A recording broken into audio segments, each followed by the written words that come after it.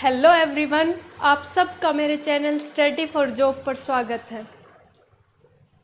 हमने इस चैनल पर एस्टेट टीजीटी साइंस के लिए सीरीज़ शुरू कर रखी है, जिसकी 4-5 क्लासेज हो चुकी है। आप प्लेलिस्ट में जाकर देख सकते हैं।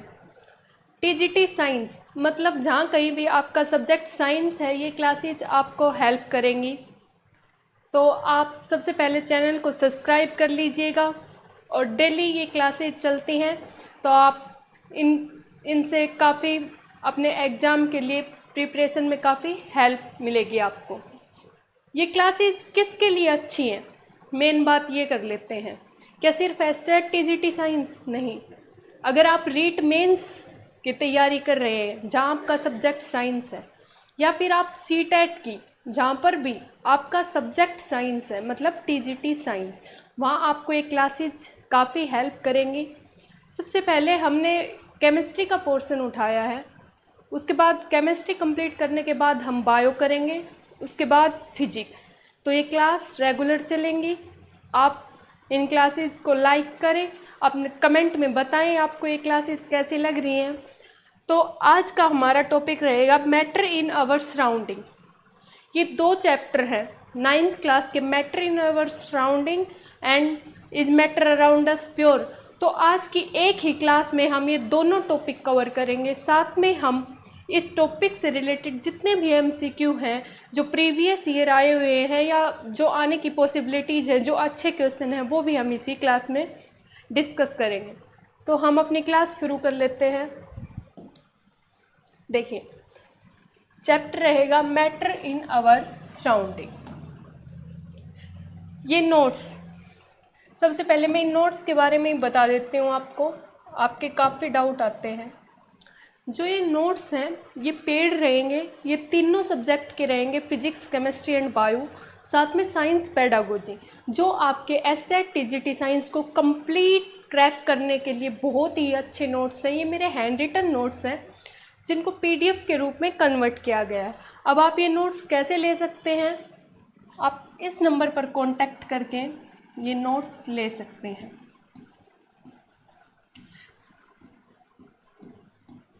काफ़ी बच्चों ने ये नोट्स लिए, सबका बहुत ही अच्छा रिस्पॉन्स था। इन नोट्स में हमने काफ़ी टाइम लगाया है, ऐसे ही नहीं कि आपको कुछ भी दे दिया। इन नोट्स से बाहर कुछ भी नहीं आएगा पेपर में। और साथ में आप ये क्लासेस लीजिए, आपको आपका एस्टेट श्योर क्लियर होगा।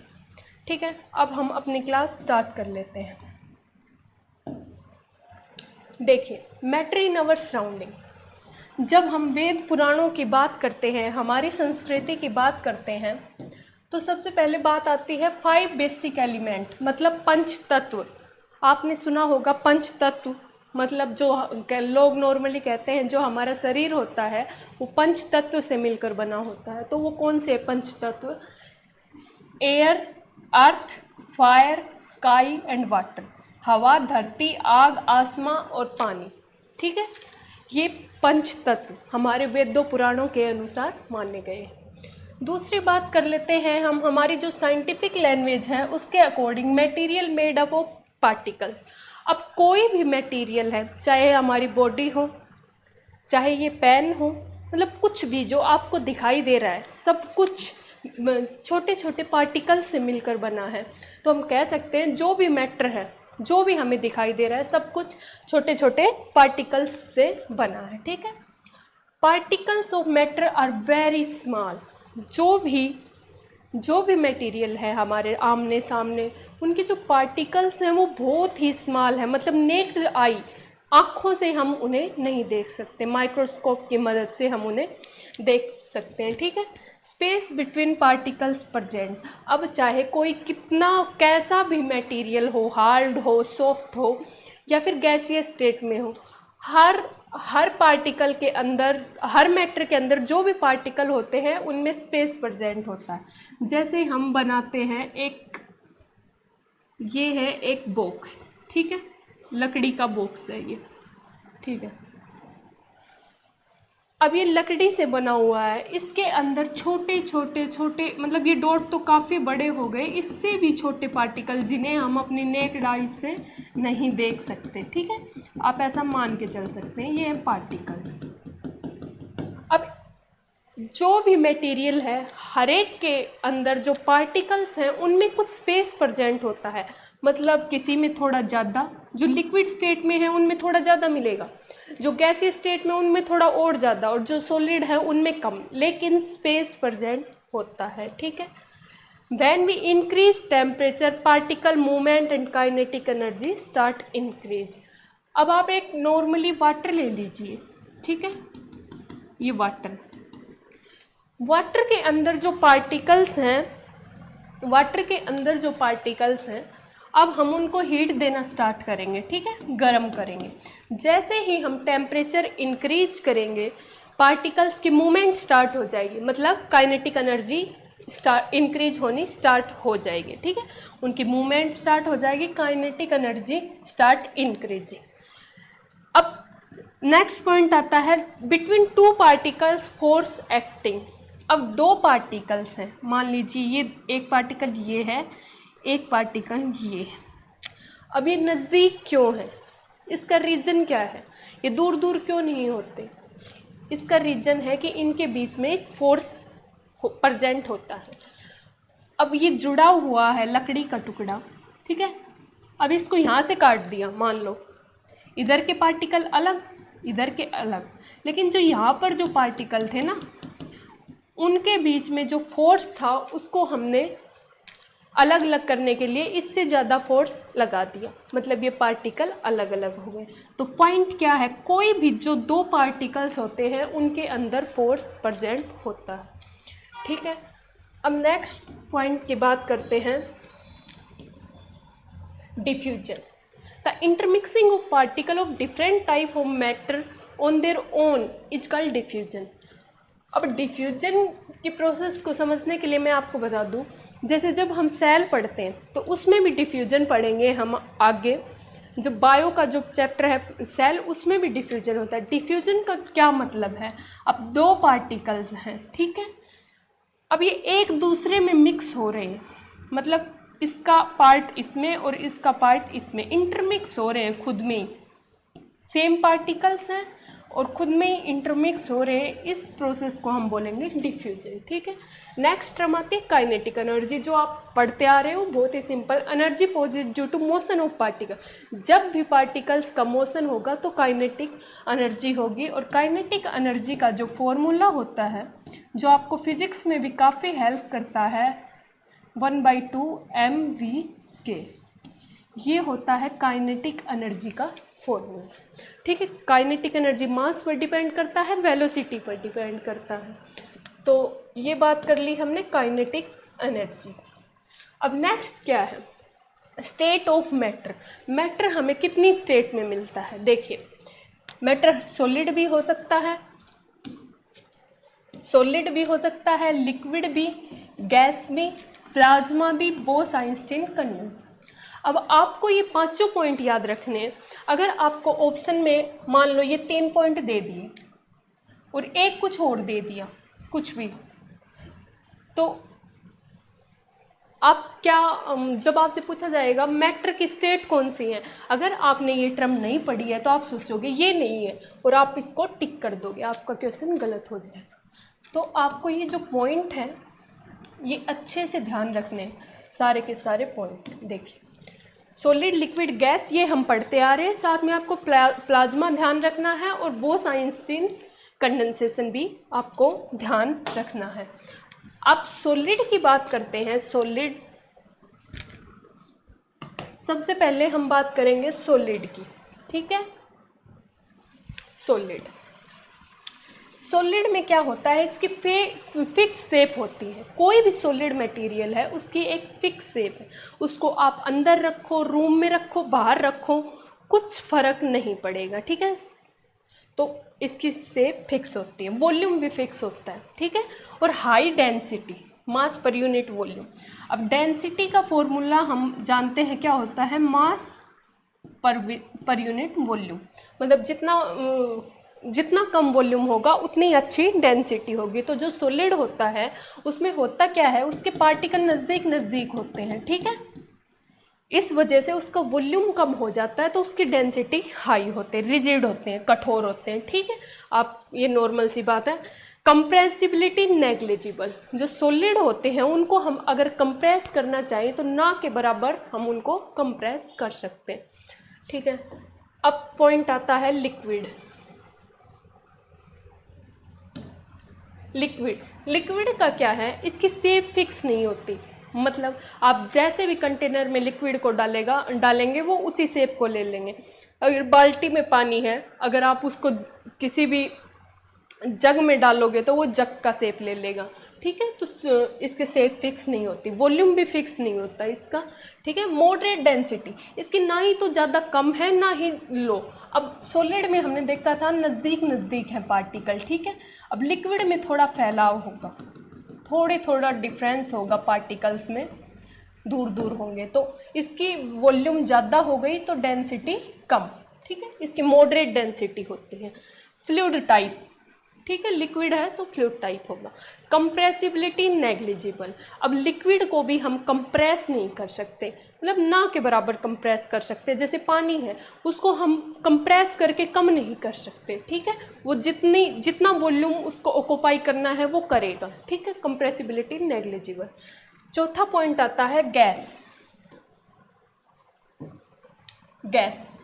अब गैस की बात करें तो गैस की कोई शेप फिक्स नहीं है, ठीक है। गैस अगर रूम में आ गई तो रूम का शेप ले लेगी, बाहर गई तो बाहर का, बैलून में भर दी गई गैस तो बैलून का शेप ले लेगी, ठीक है। तो इसकी शेप फिक्स नहीं है, वॉल्यूम भी इसका फिक्स नहीं है, ठीक है। और डेंसिटी मिनिमम, अब डेंसिटी मिनिमम, मैंने डेंसिटी का आपको फॉर्मूला बताया था, क्या था, मास पर यूनिट वॉल्यूम।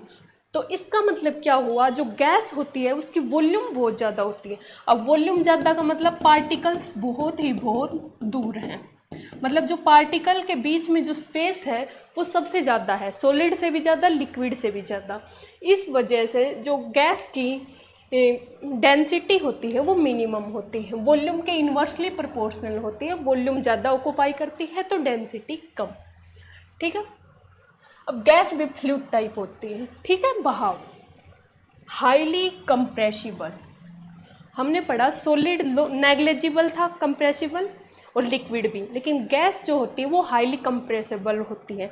जो घर में आप देखते हो एलपीजी के सिलेंडर आते हैं उनमें गैस को इतना ज़्यादा कंप्रेस किया जाता है कि वो लिक्विड के फॉर्म में आ जाती है, और जब हम उसको यूज़ करते हैं किचन में तो वो दोबारा से गैस के रूप में बाहर आती है। तो क्या इसका मीनिंग क्या था, मतलब हाई प्रेशर पर हम उसको बहुत हद तक कंप्रेस कर सकते हैं।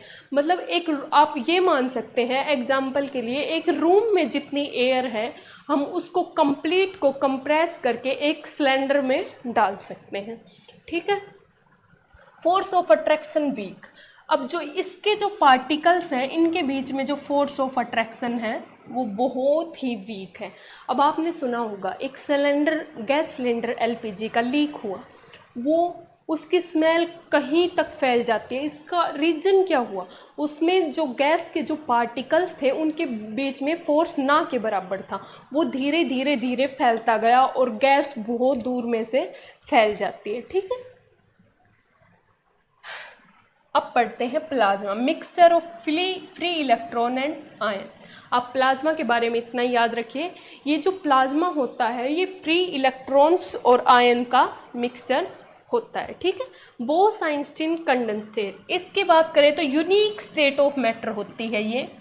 बोस-आइंस्टीन कंडेंसेट एक यूनिक स्टेट है मैटर की, ये ना तो गैस है, ना लिक्विड है, ना सॉलिड, ठीक है। आप ये याद रखिएगा। अब नेक्स्ट चलते हैं टेम्परेचर। अब ये टर्म तो सिंपल सी है बट कभी कभी हम इसमें भी कंफ्यूज हो जाते हैं। तो एसआई यूनिट क्या है इसकी, केल्विन, ठीक है। Temperature in kelvin is equal to temperature in degree Celsius. अब आपको पेपर में क्वेश्चन कैसे पूछा जा सकता है, जैसे आपको दे दिया गया टेम्परेचर 32 डिग्री सेल्सियस, ठीक है। आपको ये टेम्परेचर दे दिया गया और आपसे पूछा गया कि इसको केल्विन में चेंज कीजिए। अगर आपको ये फॉर्मूला याद नहीं है तो आप नहीं कर सकते, ठीक है। अब जो बच्चे केमिस्ट्री से हैं उनको ये बहुत ईजी लगेगा। बट बहुत सारे बच्चे ऐसे होंगे जिनको इस फॉर्मूले में भी कन्फ्यूजन रहता है। तो आज आप इस कन्फ्यूजन को अच्छे से मिटा लीजिएगा। यहाँ से यही न्यूमेरिकल बन सकता है कि टेम्परेचर को केल्विन में चेंज कीजिए। अब फॉर्मूला है temperature kelvin is equal to temperature degree Celsius plus 273, ये है फॉर्मूला। ठीक है, अब इसको सिंपली समझने के लिए क्या करेंगे हम, टेम्परेचर केल्विन में हमें पता करना है। ठीक है, और डिग्री सेल्सियस में कितना दे रखा है, 32। ठीक है, प्लस 273। अब इसको इसमें जब हम जोड़ेंगे तो ये कितना आएगा, 5 और 7 और 3 10, ये। ठीक है, ये आ गया टेम्परेचर, ये 0 है केल्विन में। ठीक है, बहुत ही सिंपल है, बट आप कंफ्यूज ना होएं और इस फॉर्मूले को याद रखें। ठीक है, अब नेक्स्ट चलते हैं, change in state of matter. अब मैटर है, सॉलिड की फॉर्म में है, उसको हम लिक्विड में चेंज कर सकते हैं, जो लिक्विड में है उसको गैस में चेंज कर सकते हैं, या गैस को हम लिक्विड में कर सकते हैं, लिक्विड को सॉलिड। उनके कुछ स्पेसिफिक नाम हैं उन प्रोसेस का, जो पेपर में पूछे जाते हैं, तो आपको ये याद रखना है। ठीक है, अब हम इनको चेंज कैसे कर सकते हैं, उनका टेम्परेचर चेंज कर या फिर प्रेशर चेंज कर।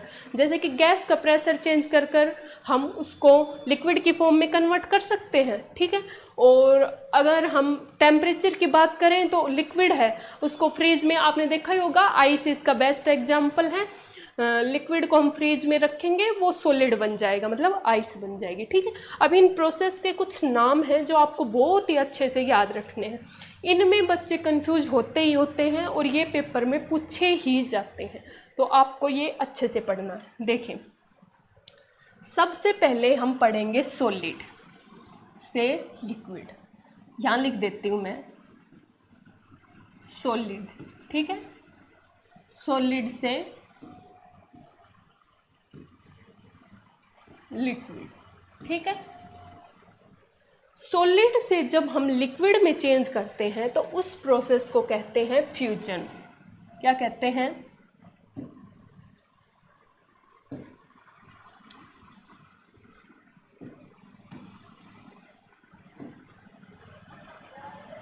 उस प्रोसेस को कहते हैं फ्यूजन। आप ये याद रखिए। ठीक है, दूसरा, जब लिक्विड को गैस में चेंज करते हैं, लिक्विड है, इसको चेंज किया गैस में। ठीक है, इस प्रोसेस को क्या कहेंगे, वेपराइजेशन। जब लिक्विड को गैस में चेंज करते हैं तो इसको कहेंगे वेपराइजेशन। ठीक है, आप समझ जाएंगे।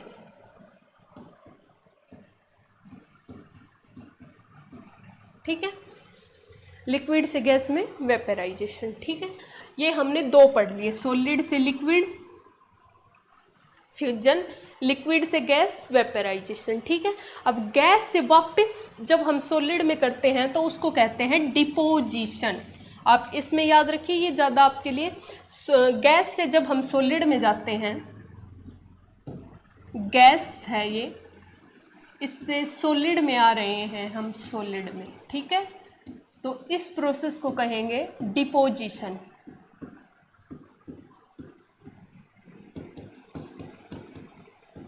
ठीक है, इस प्रोसेस को कहेंगे डिपोजिशन। ठीक है, अब देखिए, अगर हम लिक्विड से सॉलिड बना रहे हैं, लिक्विड मतलब वाटर लिया, उससे सॉलिड बना रहे हैं, तो उसको कहेंगे सॉलिडिफिकेशन। ठीक है, ये सिंपल सी टर्म है। अब हम वापस सॉलिड से डायरेक्ट गैस बना रहे हैं, जैसे कि कपूर, कैम्फर, नेफ्थलीन की जो गोलियां आती हैं, या कैम्पर लगा लीजिए, कैम्फर, हाँ कैम्फर इसका बेस्ट एग्जाम्पल है। जो कपूर आता है वो आप कपड़ों में डालते हो, आपने देखा होगा, और कुछ टाइम बाद वो गायब हो जाता है। ऐसा क्यों हुआ, क्योंकि वो डायरेक्ट बिना लिक्विड बने डायरेक्ट गैस में कन्वर्ट हो गया। ये सॉलिड की गोलियां थी कपूर की, और ये डायरेक्ट गैस में कन्वर्ट हो गई। इस प्रोसेस को कहेंगे सब्लिमेशन, ठीक है। जो सॉलिड से डायरेक्ट गैस में चेंज हो जाए उसे सब्लिमेशन कहेंगे, ठीक है। जो गैस से लिक्विड में कन्वर्ट हो जाए, गैस है जैसे एलपीजी गैस ले ली, उसको हम लिक्विड बना दिया, हम उस प्रोसेस को क्या कहेंगे, कंडेंसेशन, ठीक है। हमने ये सारी प्रोसेस अच्छे से पढ़ ली है। सॉलिड से लिक्विड फ्यूजन, लिक्विड से गैस वेपराइजेशन, गैस से सॉलिड डिपोजिशन, ठीक है। और ये उल्टा भी पढ़ लिया हमने, सॉलिड से गैस सब्लिमेशन, गैस से लिक्विड कंडेंसेशन और लिक्विड से सॉलिड सॉलिडिफिकेशन। तो आप इसके कुछ एग्जाम्पल दे रखे हैं, कैम्फर, अमोनियम क्लोराइड, आयोडीन और नेप्थलीन। ये मैंने बताया ये सब्लिमेशन के जो डायरेक्ट सॉलिड से गैस बनते हैं उसके एग्जाम्पल हैं। ये ही इम्पोर्टेंट है पेपर के लिए, तो आप याद रखिएगा।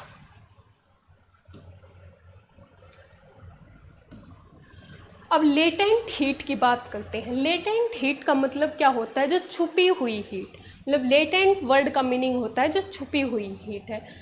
The amount of heat by 1 kg of solid to get convert to liquid at atmospheric pressure and at melting point is called latent heat of fusion, ठीक है। अब लेटेंट हीट की बात करें तो जैसे कि हमने वाटर बॉयल करना स्टार्ट किया, ठीक है।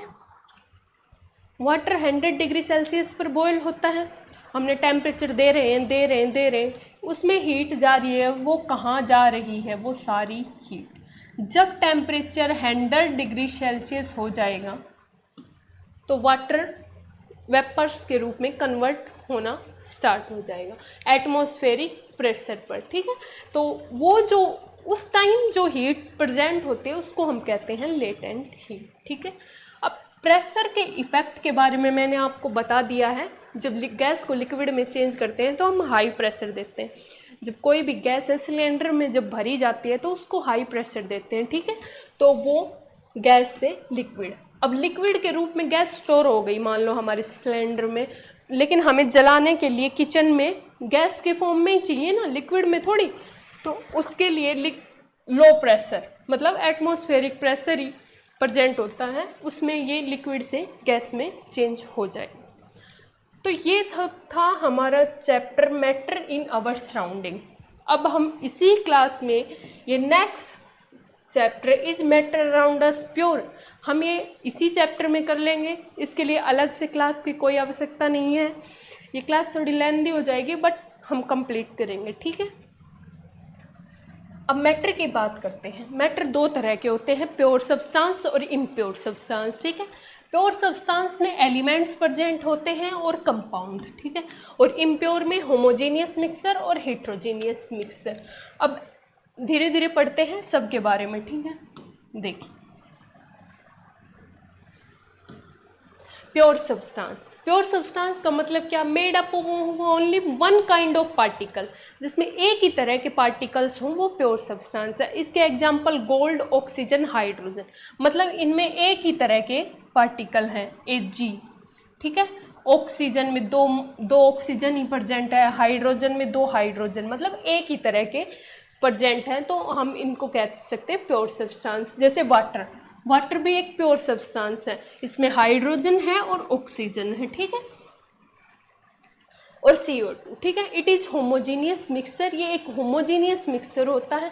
होमोजीनियस मिक्सचर के बारे में मैं आपको बताऊं, जो अच्छी तरह से एक मतलब एक रेशियो में मिले हों, स्टैंडर्ड रेशियो में मिले हों, वो homogeneous mixture can not be separated into other kind of matter by physical process. अब हम वाटर और ऑक्सीजन को हाथ से मतलब फिजिकल प्रोसेस से हम उनको अलग नहीं कर सकते कि हाइड्रोजन अलग कर दी, ऑक्सीजन अलग कर दी। अब जो प्योर सब्सटेंस होते हैं उनके बारे में हमने पढ़ लिया। अब प्योर सब्सटेंस के 2 टाइप आते हैं, एक एलिमेंट और एक कंपाउंड। ध्यान रखिएगा, प्योर सब्सटेंस जो एक तरह के ही कंपाउंड प्रेजेंट, एक तरह के ही एलिमेंट प्रेजेंट हो, और दूसरा इसके 2 पॉइंट हैं, एक एलिमेंट और एक कंपाउंड। सबसे पहले एलिमेंट्स को पढ़ते हैं। A form of matter which can not be broken down into simpler substance. जो एलिमेंट होते हैं हम उनको सिंपलर सब्सटेंस में नहीं तोड़ सकते। इसका क्या मीनिंग हुआ, जो एलिमेंट होते हैं वे खुद ही बहुत सिंपल होते हैं, जैसे कि O2, ठीक है। ऑक्सीजन। अब हम इसको और सिंपल में नहीं तोड़ सकते, जैसे हाइड्रोजन गैस, अब इसको भी हम और सिंपल सब्सटेंस में नहीं तोड़ सकते, ठीक है। A form of matter which can not be broken down into simpler substance by only one kind of particles. Example इसके गोल्ड, कॉपर, आयरन, ठीक है, जो एक ही तरह के हो। जैसे H2O था, हम इसको सिंपल सब्सटेंस में फिजिकली तो नहीं तोड़ सकते, बट केमिकली हम हाइड्रोजन को अलग कर सकते हैं और ऑक्सीजन को अलग कर सकते हैं, ठीक है।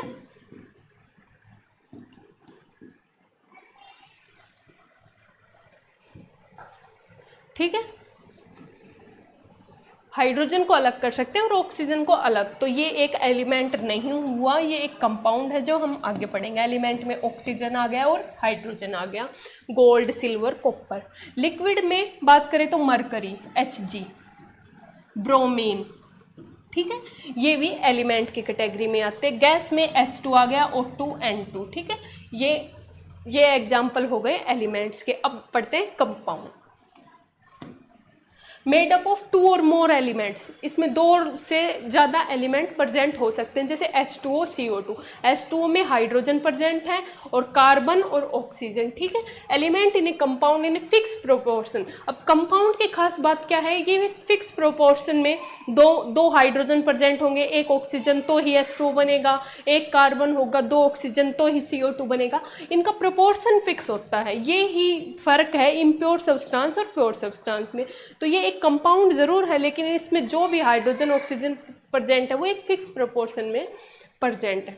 अब compound separated into its constituent element by chemical process. अब मैंने आपको बताया था ना कि फिजिकल मेथड से तो हम इनको सेपरेट नहीं कर सकते, बट जो केमिकल मेथड आता है उससे हम इनको सेपरेट कर सकते हैं। Property of compound are different from their constituent element. अब ये पॉइंट सबसे इंपॉर्टेंट है, देखिए। हाइड्रोजन, हाइड्रोजन क्या थी, गैस, गैस थी। ऑक्सीजन भी क्या है, एक गैस, ठीक है। जब हमने इनको मिलाया एक प्रेशर पर, एक टेम्परेचर पर, तो हमें मिला H2O, ठीक है। ये क्या है, ये लिक्विड है, तो इनकी प्रॉपर्टी चेंज हो गई, ठीक है। ये पहले जैसी प्रॉपर्टी शो नहीं करेंगे, दोनों गैस थे बट अब हमें क्या मिला, लिक्विड। तो इस पॉइंट का मीनिंग ये है, property of compound are different from their constituent element. तो इनकी प्रॉपर्टी चेंज, ये सारी लिक्विड की प्रॉपर्टी शो करेगा और ये गैसेज की, ठीक है। अब पढ़ते हैं मिक्सचर।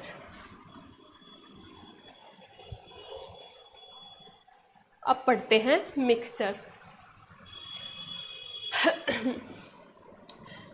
कंसिस्ट 2 और मोर एलिमेंट और कंपाउंड नॉट केमिकली कंबाइंड। अब तक जो हमने कंपाउंड पढ़े वो केमिकली कंबाइन थे, ठीक है, लेकिन ये केमिकली कंबाइन नहीं है। जैसे एयर,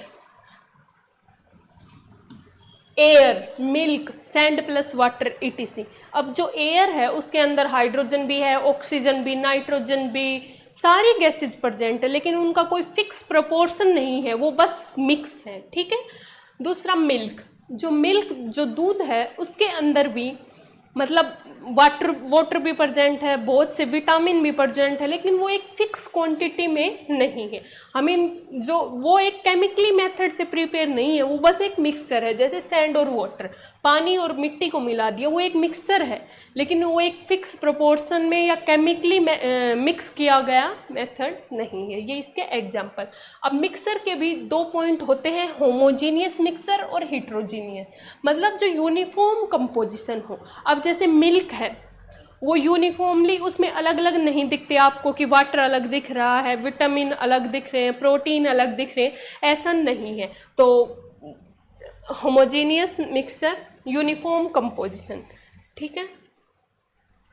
साल्ट प्लस वाटर और एयर, ये इसके एग्जाम्पल। अब हिट्रोजीनियस, साल्ट प्लस सैंड, ठीक है। यहाँ पे ये कुछ गड़बड़ है, इसका एग्जाम्पल रहेगा मिल्क। साल्ट, हाँ ये सही है, साल्ट प्लस वाटर, मैंने सैंड पढ़ लिया था इसको, साल्ट प्लस वाटर, जब आप पानी में नमक को घोल दोगे तो वो एक होमोजीनियस मिक्सचर दिखाई देगा, उसमें हमें नमक अलग नहीं दिखेगा, पानी अलग नहीं दिखेगा। और एक एयर के अंदर हमें हाइड्रोजन अलग नहीं दिखती, ऑक्सीजन अलग नहीं दिखती, सारी गैसों का एक मिक्सचर है, लेकिन हमें इवन दिखता है, मतलब यूनिफॉर्म कंपोजिशन। साथ में मिल्क इसमें आप शामिल कर सकते हैं। लेकिन हेट्रोजीनियस मिक्सचर की बात करें तो साल्ट प्लस सैंड, इसके अंदर क्या है, साल्ट अलग दिखेगी हमें, जो नीचे बैठ जाएगी कुछ टाइम, उसको रोल भी कर दोगे तो भी साल्ट के जो पार्टिकल हैं वो हमें अलग दिखेंगे। और साल्ट प्लस सैंड लगा लीजिए या वाटर प्लस सैंड, इसका ये एग्जाम्पल बेस्ट रहेगा, वाटर प्लस सैंड। ठीक है, ये एक, इसमें सैंड अलग दिखेगी हमें, वाटर अलग दिखेगा। अब पढ़ते हैं सॉल्यूशन। सॉल्यूशन क्या होता है? A solution is a homogeneous mixture of two और मोर सब्सटेंस। आपको ये पॉइंट याद रखना है, जो भी सॉल्यूशन होता है वो होमोजीनियस मिक्सचर होता है, मतलब उसमें एक यूनिफॉर्म पैटर्न होता है। ठीक है, सॉल्यूशन में सोल्यूट प्रेजेंट होगा और सोलवेंट। सोल्यूट और सोलवेंट इस तरह से मिक्स होंगे कि वो एक होमोजीनियस मिक्सचर बनेगा, मतलब उसमें सोल्यूट अलग दिखे, सोलवेंट अलग दिखे, ऐसा नहीं होगा। अगर ऐसा होता है तो हम उसको सॉल्यूशन नहीं मिक्सचर कहेंगे। ठीक है, सॉल्यूशन के लिए क्या ज़रूरी है, सोल्यूट अलग, सोलवेंट अलग। जो अलॉय होता है वो भी इसी तरह का मान सकते हैं। अलॉयज में क्या होता है, मेटल एंड नॉन मेटल्स का मिक्सचर होता है, जो हम फिजिकली मेथड से सेपरेट नहीं कर सकते। Alloy are mixture of two और more metal and non metal can not be separate by physical method. जैसे कि ब्रास, ये क्या है, एक अलॉय है, इसके अंदर जिंक भी प्रेजेंट है और कॉपर भी। ठीक है, हम इसको हाथ से अलग नहीं कर सकते, मतलब केमिकली हम इसको कुछ प्रोसेस से हम इसको अलग कर सकते हैं, बट फिजिकल मेथड से, मतलब हाथों से हम इसको अलग नहीं कर सकते। ये हो गया अलॉय। अब सैचुरेटेड सॉल्यूशन में no more solute can be dissolve in इस सॉल्यूशन एट गिवन टेम्परेचर। एक सॉल्यूशन है, ठीक है, मान लो ये सॉल्यूशन है,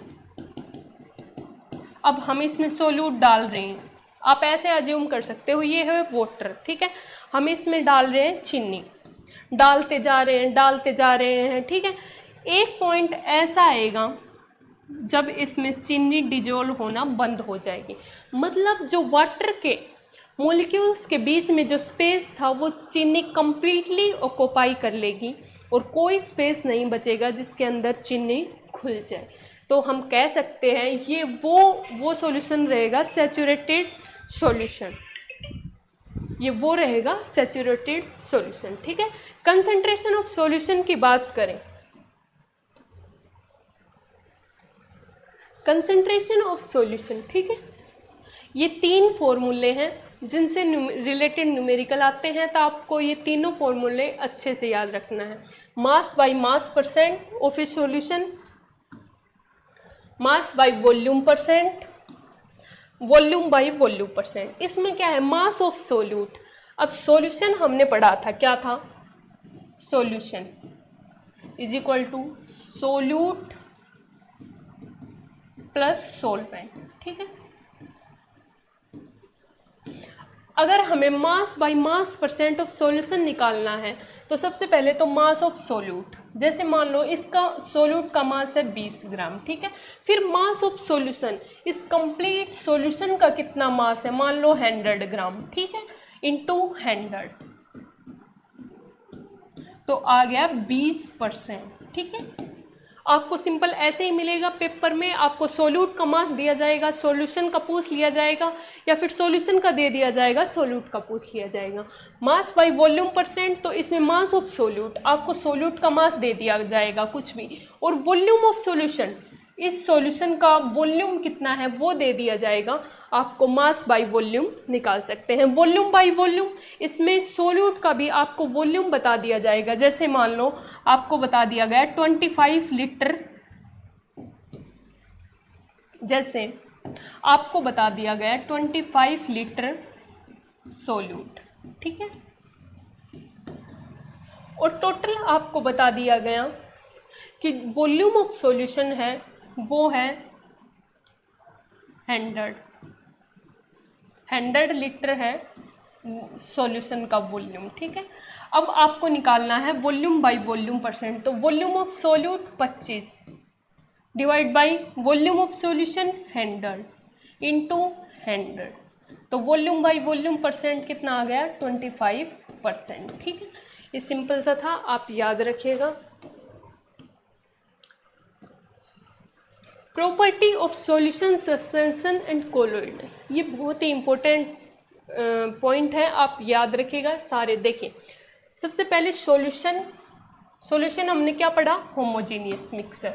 सॉल्यूशन क्या था? एक होमोजीनियस मिक्सर। फिर सस्पेंशन और कोलॉइड्स। ठीक है, अभी इसका मैंने बता दिया, सॉल्यूशन होमोजीनियस मिक्सर है। सस्पेंशन हिट्रोजीनियस, मतलब इसमें यूनिफॉर्म पैटर्न नहीं होता। इसका एग्जांपल हमने पढ़ा था, अगर हम वाटर के अंदर मिट्टी मिला दें। ठीक है, ये एक हिट्रोजीनियस मिक्सर है। कोलॉइड्स भी एक हिट्रोजीनियस मिक्सर है। ठीक है, अब इनके साइज ऑफ पार्टिकल्स की बात कर लें। जो होमोजीनियस मिक्सर है, यूनिफॉर्म पैटर्न में जो मिले हैं, उनमें पार्टिकल का साइज 1 नैनोमीटर से कम होगा। ठीक है, और सस्पेंशन में क्या होगा? जो अलग अलग हमें दिख रहे हैं, जैसे रेत अलग दिख रहा है, पानी अलग, तो वो ग्रेटर देन 100 नैनोमीटर पार्टिकल का साइज। जो कोलॉइड्स होते हैं उनमें 1 नैनोमीटर से 100 नैनोमीटर के बीच का होता है।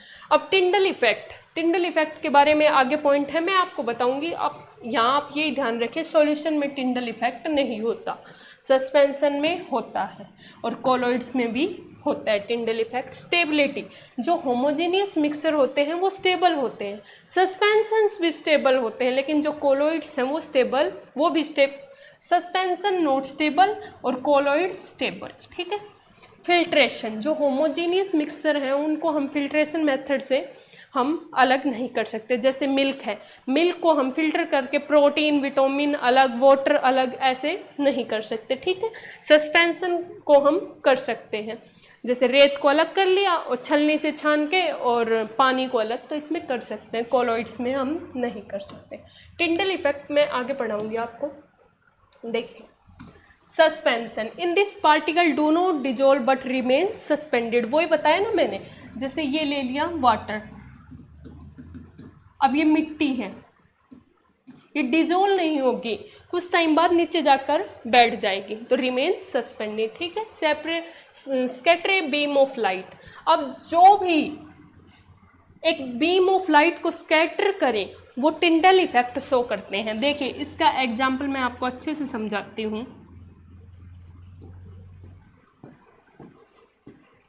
देखिए, ये वाटर है और इसके अंदर ये सैंड डाल दे। ठीक है, अब सैंड में ये कुछ पार्टिकल्स है, यहाँ से हमने डाली लाइट, ये लाइट का कोई सोर्स है। ठीक है, अब जो इधर हमें एक बीम ऑफ लाइट मिलेगी, क्यों? इसके जो पार्टिकल्स हैं इससे लाइट रिफ्रैक्ट होके बाहर आएगी। ठीक है, तो हमें एक बीम ऑफ लाइट मिलेगी।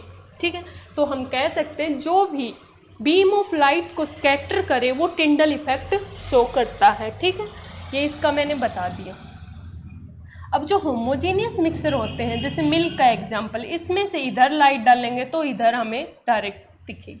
ठीक है, कोलॉइडल सॉल्यूशन की बात करें, सेपरेटेड बाय फिल्ट्रेशन इजीली, तो ये जो सस्पेंशन है ये हमने पढ़ लिया था फिल्ट्रेशन मेथड से। इसलिए colloid, particle of colloid uniformly spread through out the solution. अब इनमें क्या है, कोलॉइडल सॉल्यूशन में इनमें यूनिफॉर्म पैटर्न तो नहीं है, लेकिन जो पार्टिकल्स हैं वो यूनिफॉर्मली स्प्रेड होते हैं पूरे मिक्सचर में। टिंडल इफेक्ट मैंने बता दिया, scattering of beam of light, जहाँ से भी लाइट की बीम इजीली स्कैटर्ड हो जाए वो टिंडल इफेक्ट शो करता है। जैसे कि जो घने जंगल होते हैं उनमें से जो सूरज से जो किरणें आती हैं वो एक पैटर्न शो करती हैं। ठीक है, वो एक टिंडल इफेक्ट का एग्जाम्पल है। Separation in the component of mixture, next point क्या रहेगा? ये कुछ मेथड है सेपरेशन के, मिक्सचर्स को सेपरेशन करने के, जिन्हें हम जल्दी जल्दी पढ़ लेते हैं समझ कर। ठीक है, filtration method, different size of particle. Filtration मैंने आपको कई बार बता दिया, सैंड प्लस वाटर। ठीक है, एवोपोरेशन की बात करें, difference in volatility of component, colour dye from ink. इसका एग्जांपल हम NaCl और वाटर भी ले सकते हैं। एवोपोरेशन के मेथड से वाटर का क्या होगा, एवोपोरेट हो जाएगा और हमें नमक मिल जाए, NaCl मिल जाएगा। ठीक है, crystallisation, crystal difference in volatility, जैसे कॉपर सल्फेट और H2O को क्रिस्टलाइजेशन मेथड से हम सेपरेट, इसके जो ये एग्जांपल है ये आप याद रखिएगा।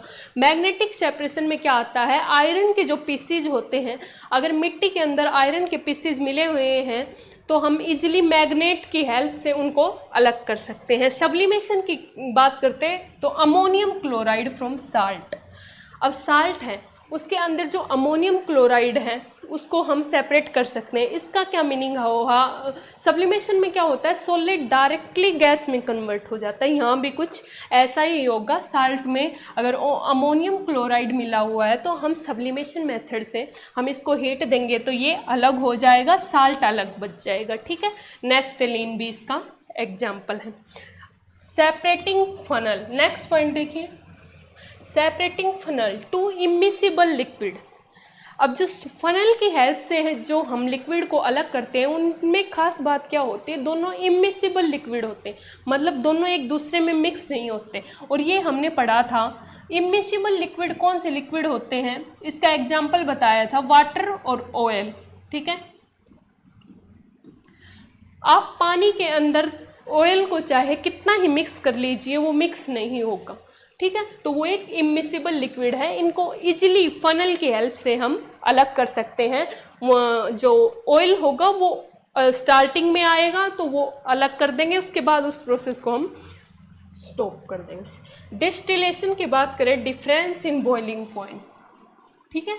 डिस्टिलेशन में क्या होता है, बॉइलिंग पॉइंट, अब ये था इमिसिबल लिक्विड, अगर मान लो दो लिक्विड हैं मिसिबल हैं, आपस में अच्छे से घुल रहे हैं, अब हम उनको कैसे सेपरेट करें, तो उनका जो बॉइलिंग पॉइंट होता है उनमें डिफरेंस होता है। जैसे एग्जांपल एसीटोन और H2O, ये दोनों मिसिबल लिक्विड हैं, ये अच्छे से एक दूसरे में मिक्स हो जाएंगे। अब हमें इनको करना है अलग, तो हम हीट प्रोवाइड करेंगे, हीट प्रोवाइड करेंगे तो एक स्पेसिफिक टेम्परेचर पर H2O वेपर्स में कन्वर्ट हो जाएगा और हमें एसीटोन मिल जाएगा। अगर एसीटोन का बॉइलिंग पॉइंट कम हुआ तो पहले एसीटोन वेपर्स में कन्वर्ट होगा, उन वेपर्स को हम कलेक्ट कर लेंगे, हो गया, ठीक है। फ्रैक्शनल डिस्टिलेशन में भी बॉइलिंग पॉइंट लेस देन होता है, जैसे क्रूड ऑयल इसका एग्जाम्पल है। अब मेन आती है क्रोमेटोग्राफी, इसको पढ़ते हैं। देखिए ये नई टर्म है आपके लिए, इनमें सोल्यूबिलिटी डिफरेंट होती है।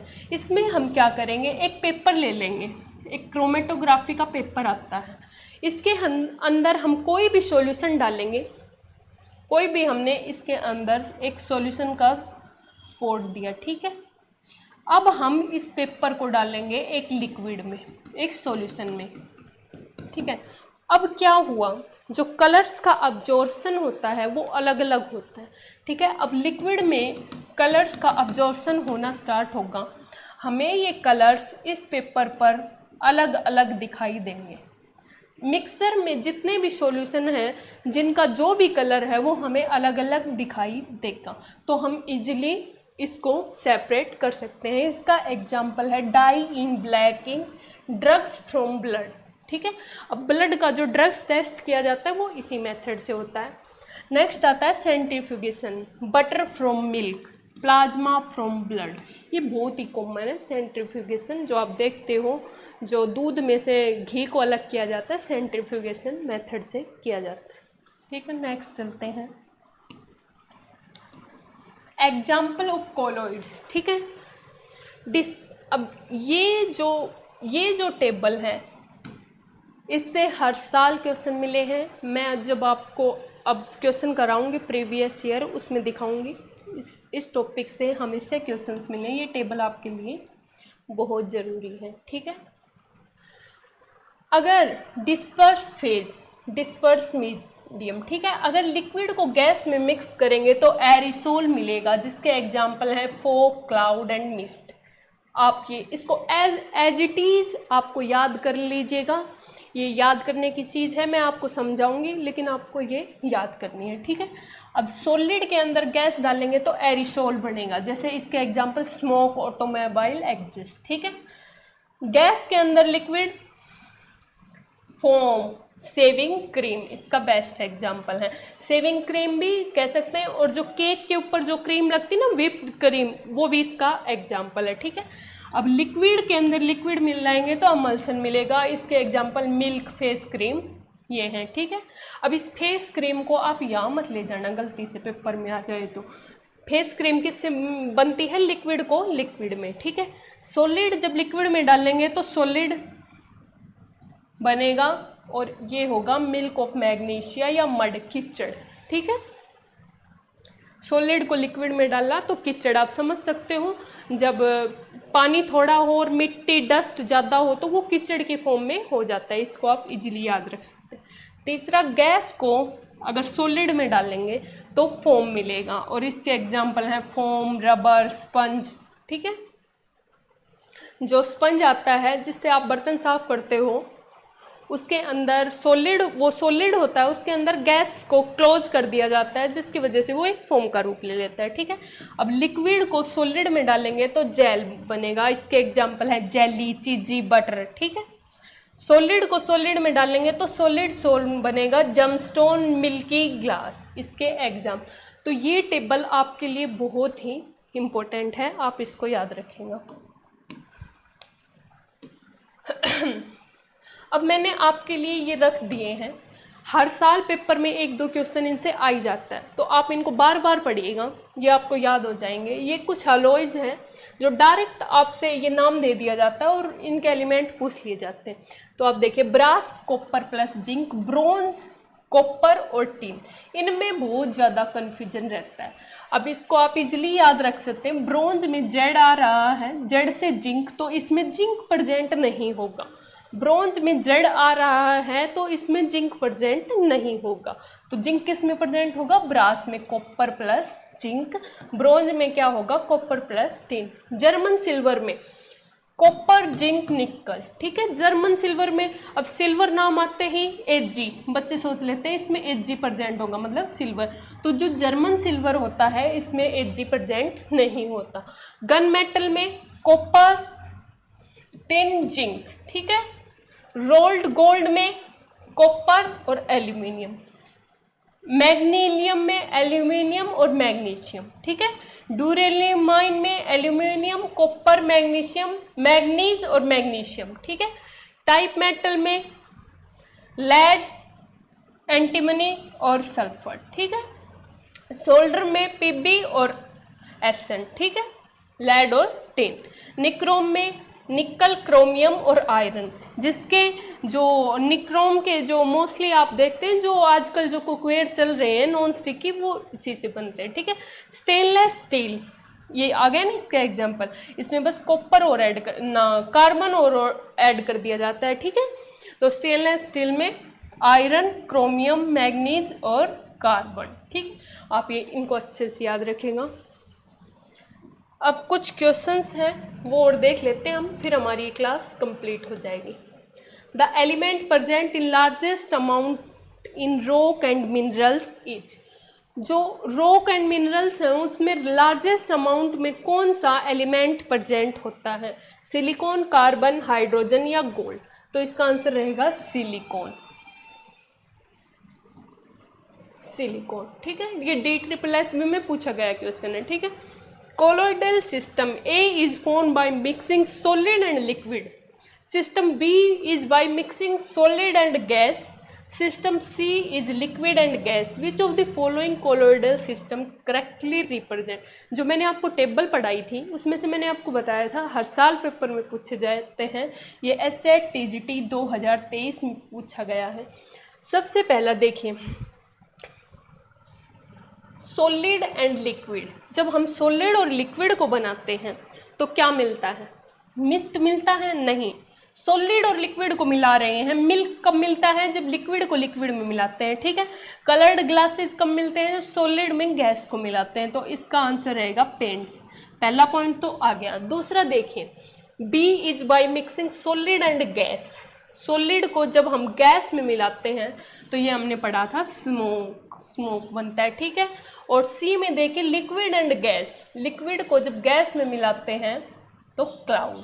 तो इसका करेक्ट आंसर हो जाएगा सी। आप ये वो जब आपको वो टेबल अच्छे से याद होगी तो ये आपको काफ़ी इजी लगेंगे और इसमें से क्वेश्चन आना ही आना, ठीक है।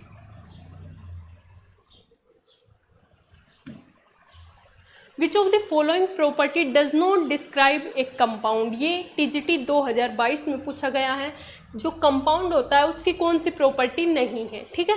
अब इसमें देखिए, it can not be separated, it consistent by physical means, ठीक है। आगे पढ़ते हैं।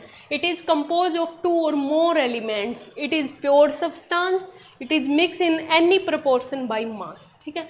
हमने कंपाउंड में सबसे मेन पॉइंट क्या पढ़ा था, उन्हें एक फिक्स प्रोपोर्शन में मिक्स किया जाता है, तो इसका आंसर हो जाएगा। हमें नहीं पूछा है तो उन्हें हम किसी भी प्रोपोर्शन में मिक्स नहीं कर सकते, एक फिक्स में कर सकते हैं, तो इसका आंसर ये हो जाए, ठीक है। क्वेश्चन नंबर 4 देखिएगा।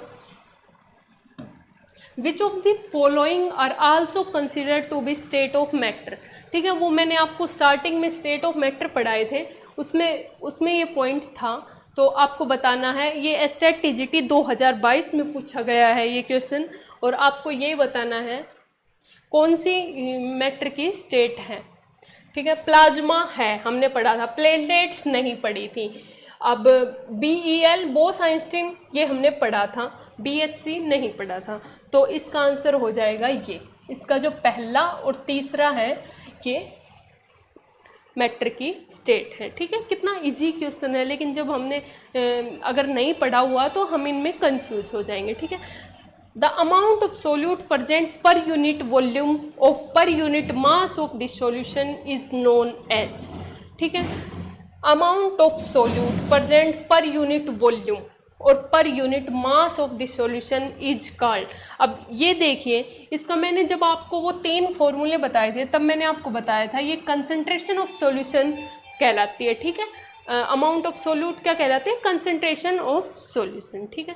क्वेश्चन नंबर 6 देखिए, ये 2021 में पूछा गया क्वेश्चन है।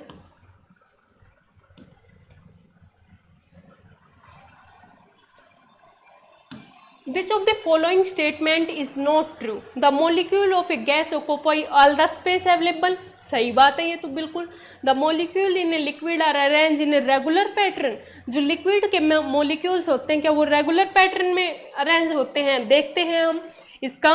अब सी देखिए, the molecule in A solid vibrate about a fix position.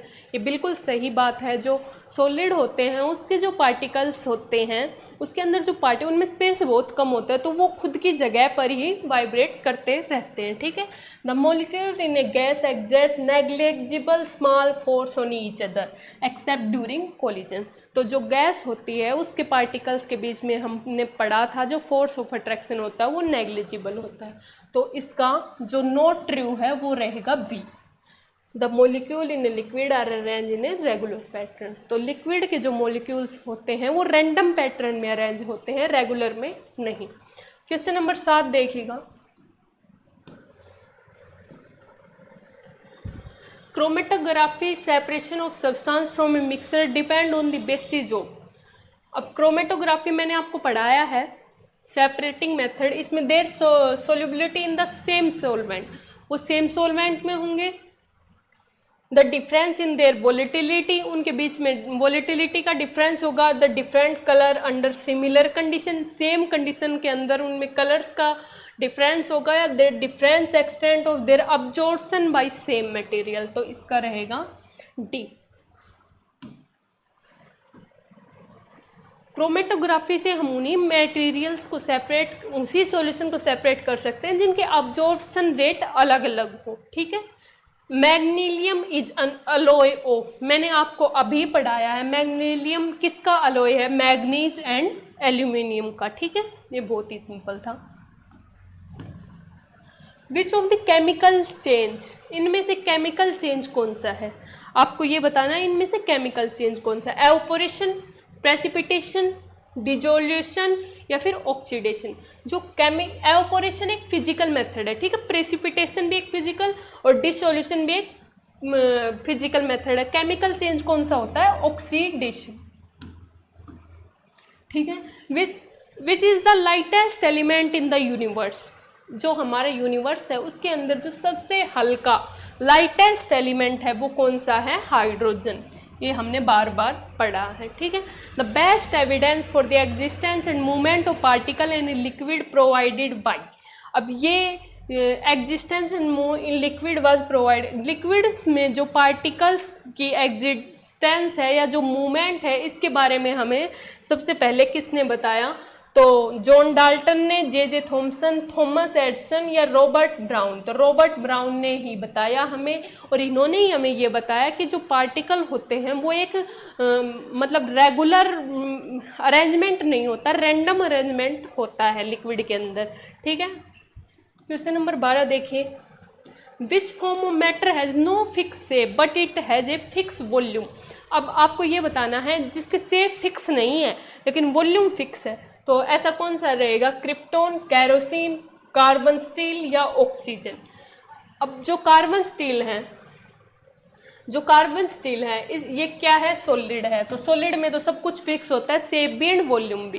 Krypton gas है, ऑक्सीजन एक गैस है, इनमें वॉल्यूम फिक्स नहीं है, तो कैरोसिन एक लिक्विड है, तो इसका आंसर ये हो जाएगा। विच of the following is not an element, इनमें से आपको बताना है एलिमेंट कौन सा नहीं है।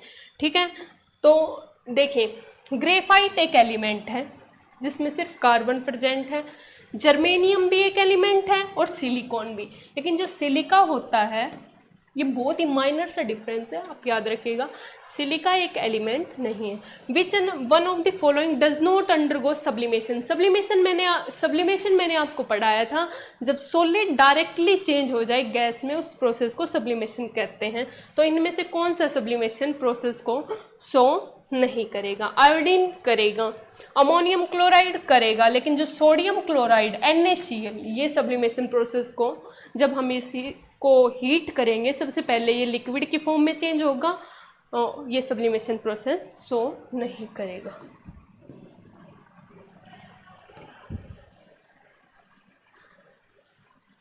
The latent heat of vaporisation of water is, अब ये तो आपको याद ही रखना है, इसका आंसर ये रहेगा 2.25 10⁻⁶ जूल पर kg। Latent heat of vaporisation आपको याद रखनी है। ठीक है, which of the following is not an element, ये शायद ये क्वेश्चन रिपीट है, इसमें से कौन सा एलिमेंट नहीं है, ये हमने पढ़ लिया था, सिलिका। ठीक है, which of the following does not fix melting point and boiling point, इनमें से किसका melting point and boiling point fix नहीं है? तो देखिए, जो गोल्ड है वो एक एलिमेंट है, तो इसका फिक्स मिलेगा आपको। ऑक्सीजन भी एक एलिमेंट है, इसका भी फिक्स मिलेगा। अब जो इथेनॉल है इसका भी हमें melting and boiling point fix, क्योंकि ये एक कंपाउंड है, लेकिन एयर क्या है? एक मिक्सचर है, होमोजीनियस मिक्सचर है, तो इसका बॉइलिंग पॉइंट, मेल्टिंग पॉइंट हमें फिक्स नहीं मिलेगा। ठीक है, हाइड्रोजन का अलग हो सकता है, ऑक्सीजन का अलग, नाइट्रोजन का अलग। Stainless steel is an alloy of, जो मैंने आपको अलॉयज पढ़ाए उनमें सबसे लास्ट में हमने यही पढ़ा था। इसमें क्या क्या प्रेजेंट होता है देखिए, आयरन, क्रोमियम, निकल। ठीक है, आयरन, क्रोमियम, निकल, और इसको हार्ड बनाने के लिए इसमें कार्बन भी डाल दिया जाता है। ठीक, ये हमारे क्वेश्चन थे जो हमने कंप्लीट कर लिए, ये इसके आंसर की दी गई है। ठीक है, आपको क्लास कैसी लगी? लाइक करें, चैनल को सब्सक्राइब करें और कमेंट में ज़रूर बताएं आपके अगर कोई डाउट हो तो। और ये नोट्स लेने हैं तो मैंने आपको नंबर स्टार्टिंग में दे दिए हैं, आप नोट्स ले सकते हैं। Thank you.